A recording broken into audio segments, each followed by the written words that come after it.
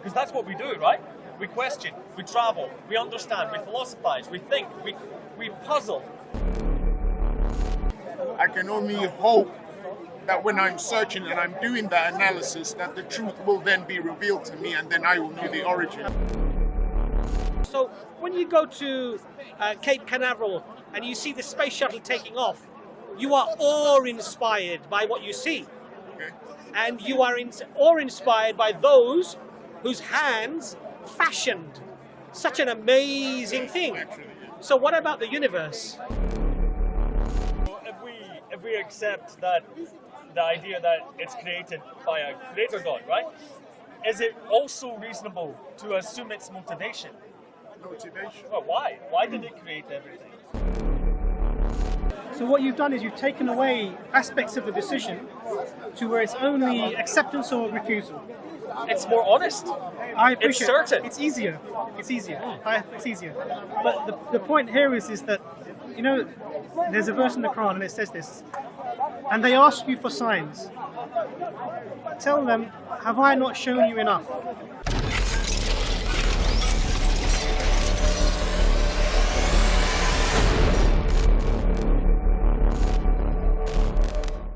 So if you live a good life, it might affect people that you cared about in life, and their life will continue to be better because of that. Sure. So you could look at it that way. I understand.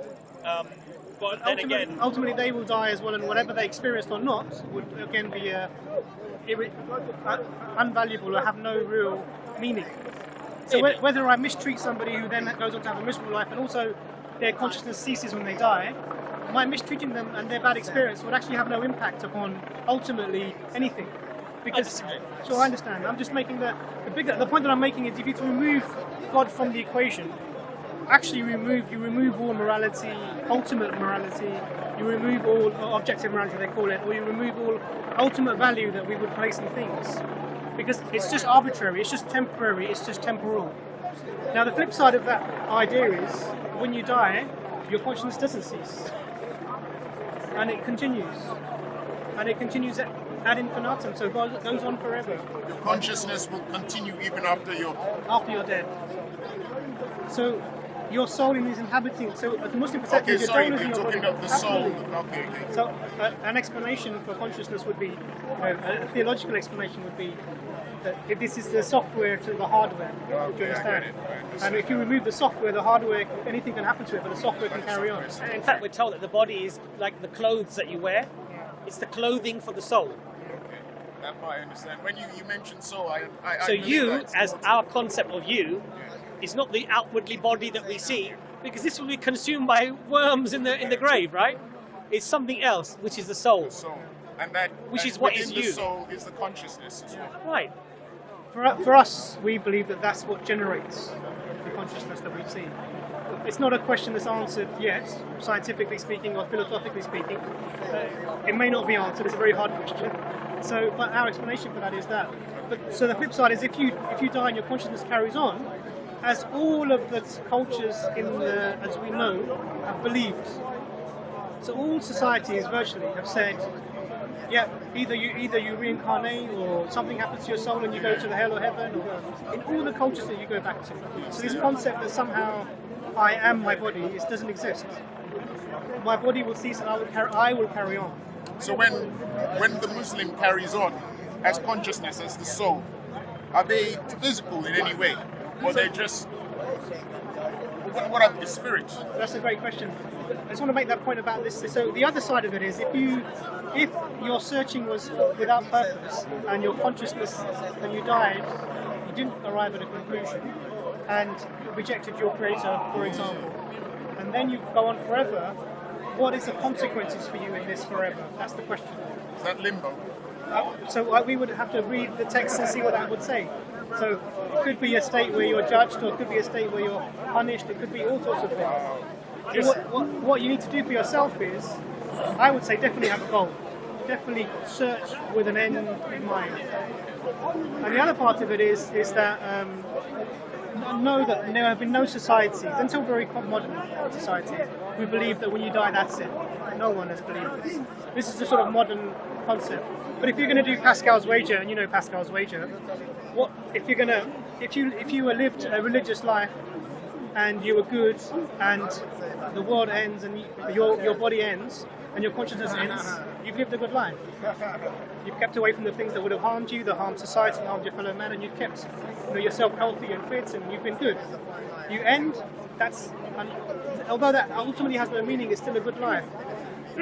Now, if you rejected the Creator, and you live your life however you want because you believe that your consciousness will end when you die, and then it doesn't end, then you're bearing the consequences of having lived that bad life.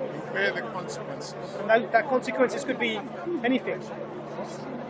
Hellfire, punishment, whatever that might be.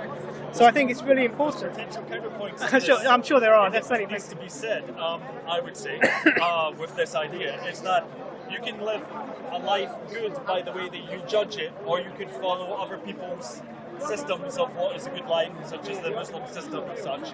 Right, it has a prescription of what you should do for it to be considered good or holy, or whatever it is. Right?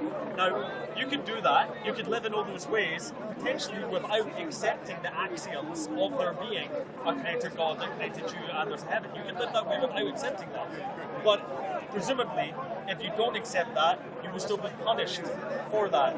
And if that's the case with the Pascal's wager case, and if that happens, I would be disappointed if that was the idea of God, that it would be that petty.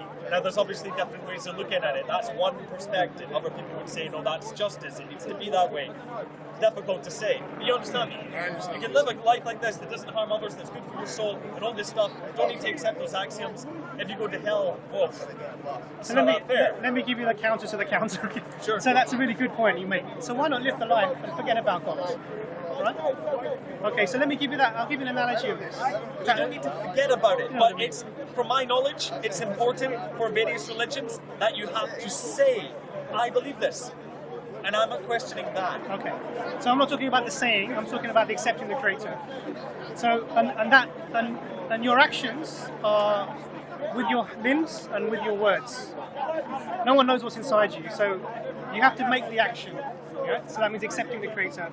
Now, let me give you an analogy. There's a guy, he's absolutely rich, gives loads of money to charity. Every year he builds 100 orphanages. He's always doing philanthropic work, well-respected, famous person who's just known to be this really, really great guy.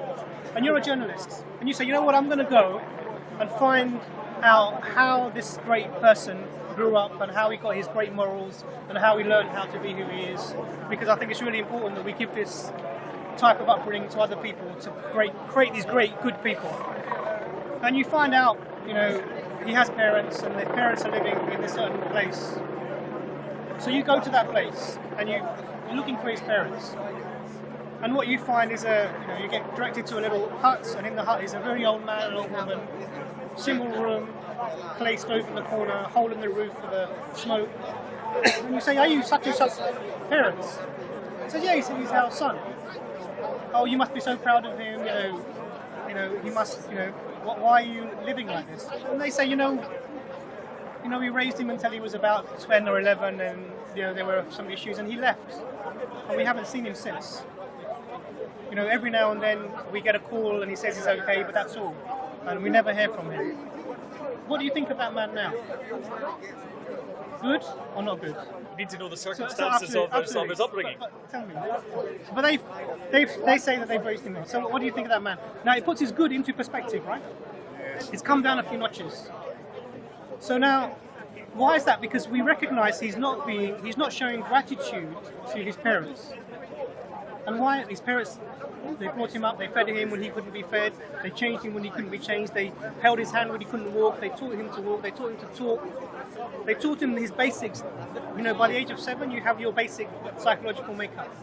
And our Prophet said, love the children until they are 7 and teach them until they are 14, and then they're adults. You let them go into the world. So they've done all of that. Now, so then let's flip this now to the religion now. Someone gave you a life. Someone gave you your heartbeat. Someone gave you your sight. Someone gave you your health. Someone gave you your wealth. Someone gave you the world that we're living in, the air that we have.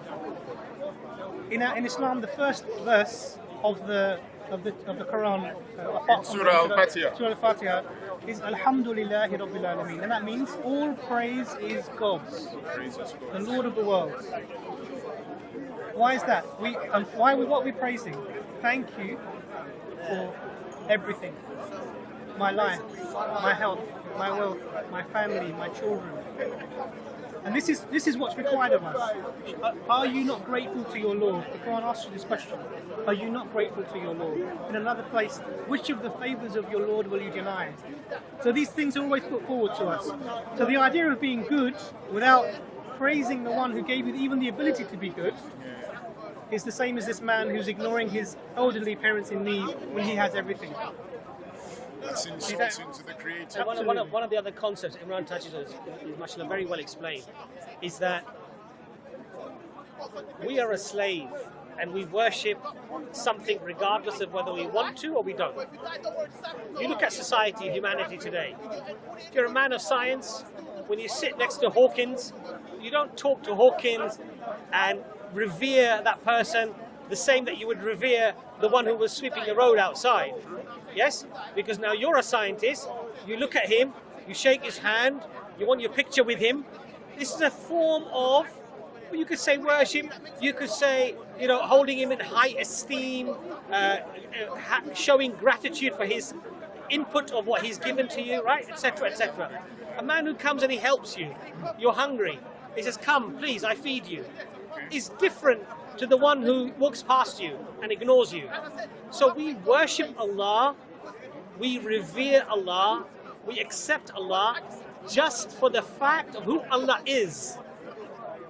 The majesty of Allah is such. So when you go to Cape Canaveral and you see the space shuttle taking off, you are awe-inspired by what you see.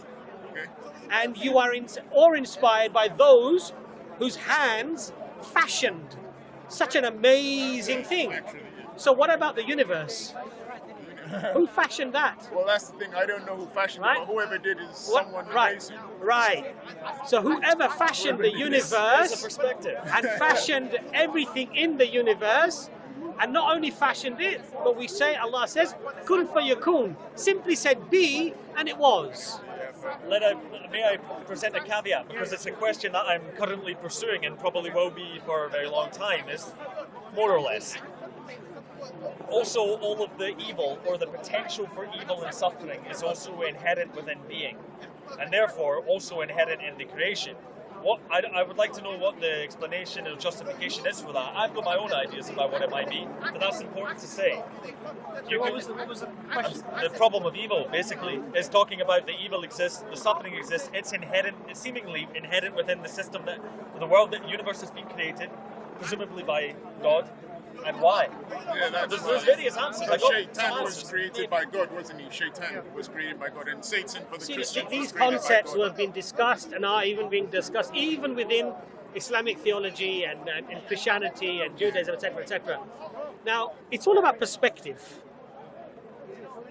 Now, if I were to show you, and you weren't medically trained, and you hadn't seen this procedure before, I show you a woman, suddenly a man comes with a sharp implement and he cuts open her stomach, and you're witnessing this, and you would obviously take a step back and you would be horrified. How brutal, how vicious, how horrible this act, how violent this act is. But if now a doctor, a person of science, knows that this woman had a breach during the birth, and in fact the surgeon has actually saved her life by what would appear outwardly as a harmful, a violent act of cutting her open, but in fact he's been merciful to her by conducting what he conducted. Now, I'm not saying this necessarily answers the whole concept of evil, but what I'm saying is that we have to, as human beings, be careful, and I have mentioned this, and I quote a brother who mentioned this, is that we have the pixel and Allah has the picture. Our perception of something that we may perceive to be harmful or to be bad, in reality, in the growth of humanity, the growth of our own souls, and the turning to God as a consequence, may actually result in something far better than the evil that perhaps we may have witnessed. You see my point? I see your That's point, my yeah. perspective, but Imran will probably have a better... I want to be able to see the whole picture, and I just have that one pixel piece, yes, that one pixel. right. I want to see the whole Imran may have a better I'll give example. you a thought experiment. So we talked about agency, judgment only if you have the ability to make choices. If you don't have this free will, then you can't really be judged. So one requirement for being able to be judged by any being is that you have an ability to make a choice. So let's do a thought experiment. Let's make a world, and this is your philosophical, you probably come across this argument. So let's make a world in which there is no evil or suffering at all. There's no choice. Ultimately, it's an amoral world. Everything, and even there is no good either. That's right. Because everything is. So as soon as I think a bad thought, it changes. If I were to try and stab this person with a knife, it becomes a butterfly. If I were to jump off a cliff, I would start to fly. In that system, I'm bereft. I've taken the choices are taken away from me. I become a being that has no choice, and I can't be judged. I have no moral capacity. Flip it the other way. Let's take a world in which only evil happens. Everyone is killing each other, everyone is raping each other. No one can do good. There's no way of judging it. You cannot judge that system. That's Same right. way. Why? Because there is no choice for the individual there. If he tries to give you a food, it will automatically be turned into poison. If I try and hug you, I'll end up giving you a choke and I'll be killing you. There is no way to make a good choice. So there's no such thing in that. So the only system in which you can have moral judgment of a creature is if that system within which that creature is has both good and evil within it. Yeah, I agree with this. And the way to think about it is, if I have a blackboard and I get a black chalk and I make a line, will you see the line? Yeah, you would. If I have a blackboard and yeah. a black... Oh no, you won't see it. anything. You won't see anything. No, But sorry. I need the black to make the white line seen. So you need the good to make the evil apparent. Contrast from the two. Absolutely, and you need the evil to make the good apparent. And what's interesting about that is this dichotomy seems to be necessary to see the whole. Absolutely. We're living in a very paradoxical world. They cannot be good without evil. They cannot be nice Because without there's nothing to measure against. yeah, Nothing to measure You know, brother, fundamentally though, these very deep philosophical questions, I'm not saying that they're fruitless, but what I'm saying is that, a child, a 2-year-old, that sees a ball land in front of it, looks over its shoulder to see where the ball came from. It's intrinsic within that child. Nobody taught the child. So when Allah says in the Quran, did this universe give birth to itself? It's asking the child, where did the ball come from? You see my point? It sounds a lot easier when you put it that way. Yeah. You understand? Yeah. And so the universe came into existence. We know it came into existence. If it didn't and something else physical brought it in, then it must have come into existence. And if that was not the first cause, then there must have been something that brought it into existence. Ultimately, Allah is telling you, use your brain, man. Why can you not see that all of this has come from something? You understand? And just as a child doesn't need a reminder, the Fitrah does not need the reminder, but you just need to uncloud the Fitrah. Yes. And then you see where the ball has come from. Because I feel it's coming from somewhere, but I don't know where it's come from. Like So let's take that and assume it's right? That we see something and we infer the cause. It's still an inference, right? And it's an inference about an entity that's not human, right? It's God, right? So we're applying the rules that apply to this universe upon God. That might not be the case. You know what I mean? If you throw a ball, it has to have someone throwing it. But if the universe is a creation, does it need to have a creator? I'm not sure the same rules would apply. That wasn't actually the point I wanted to if make. the universe has a creator, is a creation, does it need a creator? Yes, I remember it now. Okay, let's say that that's the case. This is what I actually wanted to say. That doesn't actually tell you anything about the nature of that God. Yeah, I agree. I agree. So the later We agree. knowledge about what this God might be and want and etc. maybe is less certain. So remember, just to that's a really good point. That knowing that there's a creator doesn't give you information about the creator itself. How will we find out about the creator for us? But you find out through the Quran and Hadith. So what is this? So the only way we can know is if the creator tells us. I can't find out something about the creator who is outside of the universe something that the Creator doesn't tell me. I have no access to get that information. So remember I mentioned 124,000 prophets have come across the world? So this is the Creator telling mankind About himself, about the Creator. Okay, now I'm getting confused. I thought he was telling us about ourselves through the Fitrah. So the Fitrah is our internal understanding and acceptance that there is a Creator. There is a Creator. But this doesn't tell you about the Creator. He doesn't tell you. So it's like you know there's a car, but you don't know if it's a BMW, how big the engine is. I see what you mean. Makes sense. That's why you need the Absolutely. prophets. So the details and about it, message. absolutely. So if you look back in history, and I mentioned that all these people, all these different cultures and societies and religions had a concept of an ultimate Creator. So we have people separated by time, by space, so geography, by culture, by language, who all come and said that there is a Creator, He is one, and this is what He's asking you to do. All of them have said this. So we have to account for this. How can this be? And one way of accounting for it, from a Muslim perspective, is that all these different data points, separated by time and geography and culture and language, all point towards the same place, which is there must be a Creator. So if we take the common points of all of this, an ultimate being communicated with human beings to tell them how to live in the world, we get a part of the message. Then you have to look at what's currently available from the messages, the claimants. Christians say they have the message from God. Muslims say they have the message from God. Buddhists might say, well, Buddhists don't believe in a God, so they say, but other people may say that. Then what's incumbent upon us is, okay, let's see what these messages are saying, and is there anything within the message that I can use to affirm that this is a preserved message from the being from the person that gave the message, that can tell me information that I can then say this is reliable enough for me to say the Creator has said about this about themselves, and this is what the Creator is like.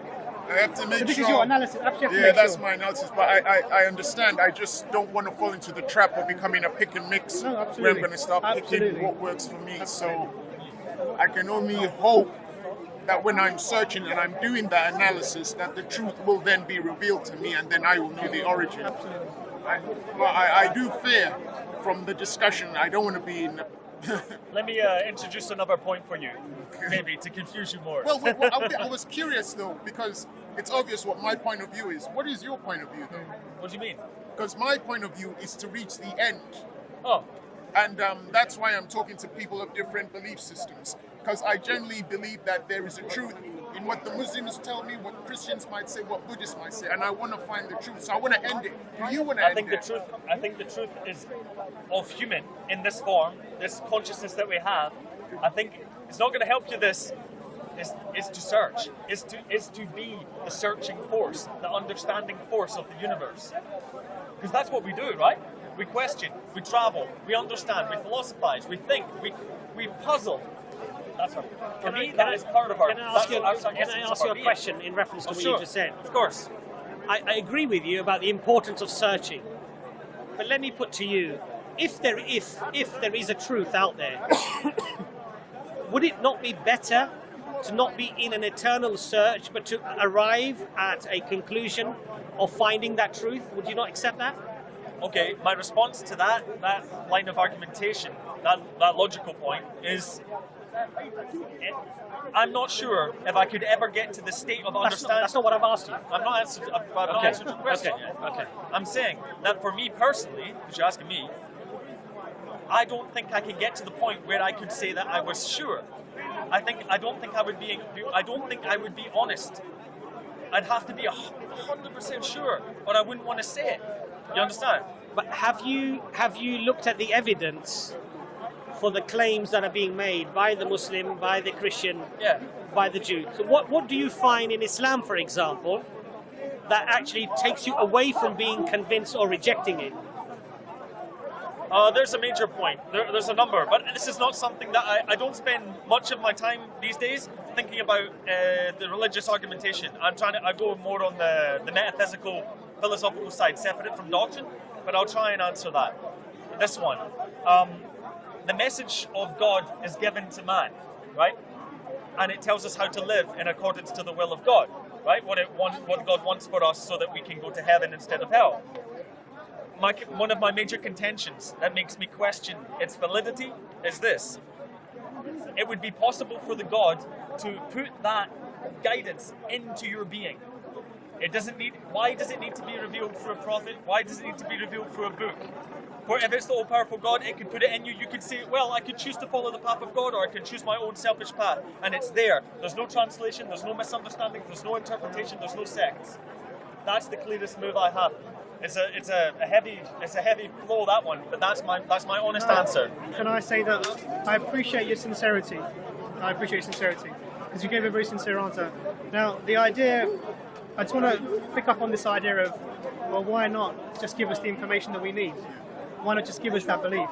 But we were talking about a moral agency and free will. So we're told in the Quran that if I had willed, I would have made them all believe. So we're told this in the Quran, that if I had wanted, I could have made everyone a believer. And this is in the context of telling the Prophet that we cannot force people to believe. You can't do it. Because if I had wanted to, I could have made everyone believe. It's a choice, ultimately. I asked that about 30 minutes ago. Sure. Why didn't he just the Fitrah and make us just start working? He thought it was a good idea, and then he thought, I'll bring it in later. My key point there is that it would still be a choice. You would have all the information without needing to understand Arabic, for example, to get the true Quran. You would have it within you. That's my contention. You would still have a choice. So I understand. So what you're removing actually from this scenario, you're removing any idea of a real, in the sense that if you're standing in the road and you see a car coming towards you, you can see the car is coming towards you. You're left with two simple things: step out of the way or stay in the road, right? The choice is not to believe in the car coming or not coming. The choice isn't to believe that this is the road or not the road. So what you've done is you've taken away aspects of the decision to where it's only acceptance or refusal. It's more honest. I appreciate it's certain. It's easier. It's easier. It's easier.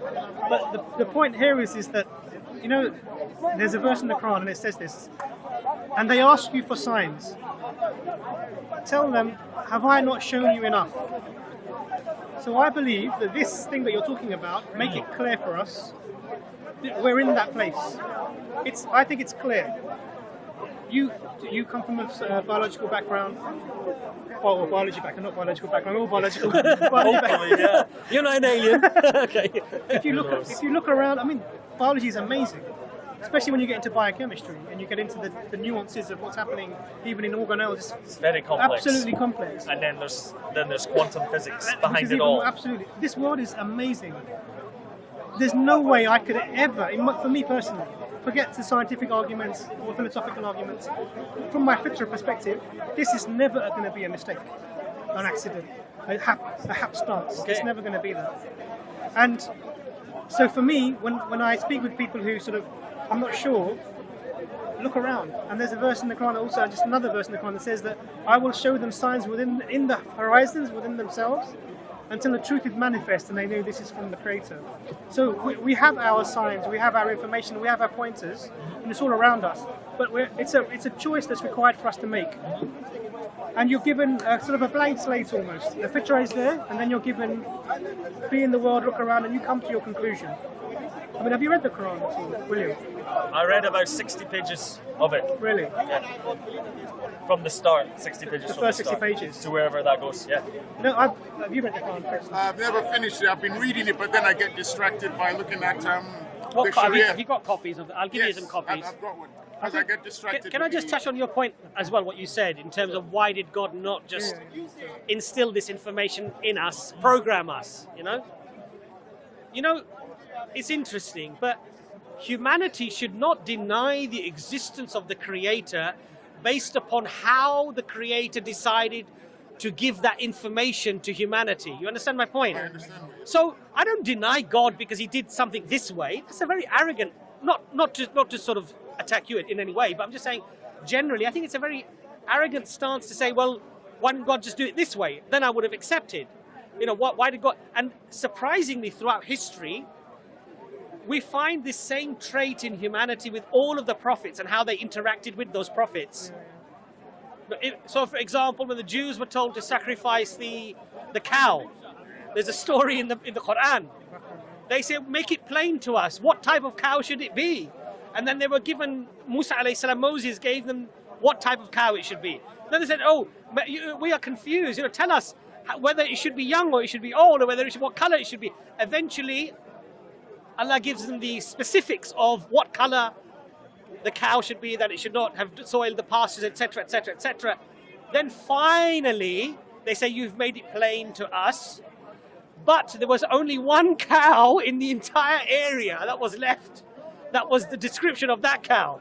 So the woman who owned the cow decided, I'm going to ask for a hefty price now, because now I know what you want. So when they finally sacrifice it, Allah says, they did not sacrifice it willingly with good heart. So these endless questions of why did God do it this way? Why not that way? This does not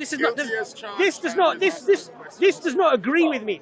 I personally think. You don't think it's reasonable? I think what is more reasonable is to first assess whether a creator exists or doesn't exist. And so when you say to me that just because we see a consistent rule through the universe of this contingency, of dependency, and that why should we apply this rule on the universe itself, I would argue the flip argument, which is that why shouldn't you? When in science, if I boil water and it boils at 100 degrees centigrade, and I perform the experiment 1,000 times and it boils at 100 degrees centigrade, is it not reasonable for me to then assume that water will generally, if it's the same water, will boil at 100 degrees centigrade? But the person who says, no, the universe could have just come from nothing, is telling you, I know you've done the experiment 1,000,000 times and it's always boiled at 100 degrees centigrade, but it could boil at 105. You understand my point? I'm not saying that is necessarily evidentially provable that God exists, but I'm saying, is it a reasonable assumption to make? More than reasonable. And I would say it's a very reasonable assumption to I would say make. it's reasonable, but then maybe we're all biased. Yes, but you could argue that, but you're not Muslim. No. You're not a person of religion. You've arrived at the same conclusion, that it's quite reasonable. And this is what I say to people who are atheists, that my stance of saying that the universe is contingent and that it needs an explanation, and one of those explanations is a rational explanation, which is that something uncaused brought this universe into existence. Can I raise a point? In contingency, is that an unreasonable argument to make? And I don't feel that it's an unreasonable one. Okay, so if we accept that the idea that it's created by a creator God, right? Is it also reasonable to assume its motivation? Motivation. Well, why? Why did it create everything? Because you could say, well, okay, it's logical that a creator creates sun. You could say that. Very good question. And then you say, well, we're still inferring the motivation of God given to us allegedly by prophets and visions and books and such, which are human products. They're coming, maybe they're said to be came from angels and such, but they're still going through the medium of human, which I don't feel is a necessity for an all-powerful being. Should be able to send it straight to you. But that's my previous point. So, like that, because the meaning could be simply created it for, how could we possibly know the motivations of God? But for fun, because it's what it does, because it creates infinite universes all the time. It's a difficult one. But doesn't that clash with what Brother Abbas was saying? That instead of us constantly fixating on the hows and the why, shouldn't we first concentrate on understanding and acknowledging God's existence first? Well, I already did. I said, okay, God exists. Okay, but so then you do accept. why? Okay. Well, I'm not saying For that's sake of not, argument. I'm not For saying sake of that's argument, he said. Yeah, to explore the hypothetical. I'm saying it's created it, and we're saying it created it because da da da.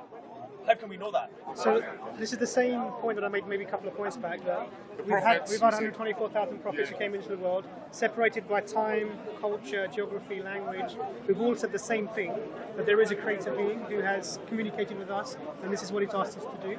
We've brought different texts over time. If you look at the general texts, there are common threads we find. The God is one. He wanted to worship him alone without partners, which is the basic message throughout all of the systems. And if you want to know about our purpose, then that's the place to look. But if before you do that, you need to verify that information. Is this reliable? Is it preserved? Is it from the person who's made the claim?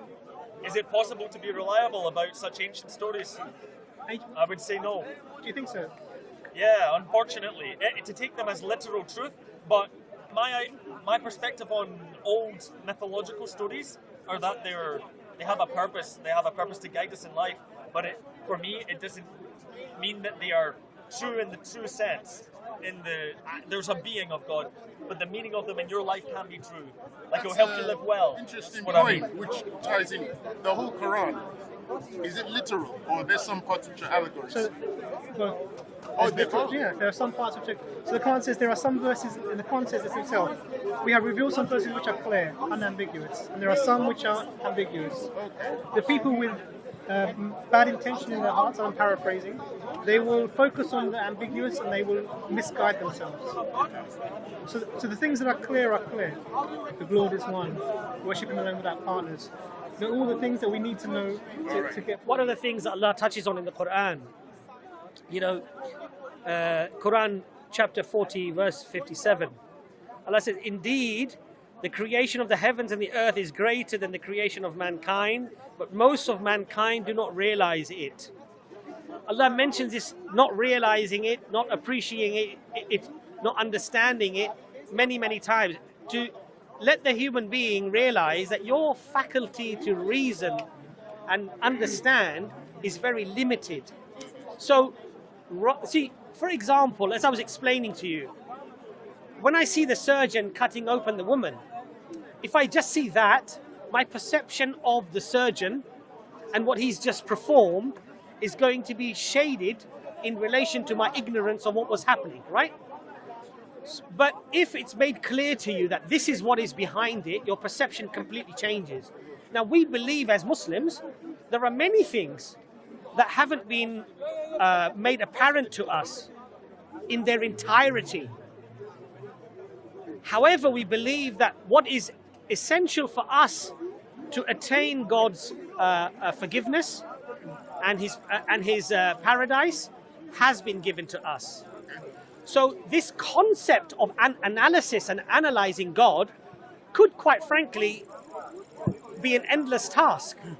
So even if, for example, your notion of why did God not just send this down, if it was answered, let's say, categorically, this is why we didn't do this, you would find something else. That's scary. And if that was answered, you would find something else. I wouldn't want to be that kind of person.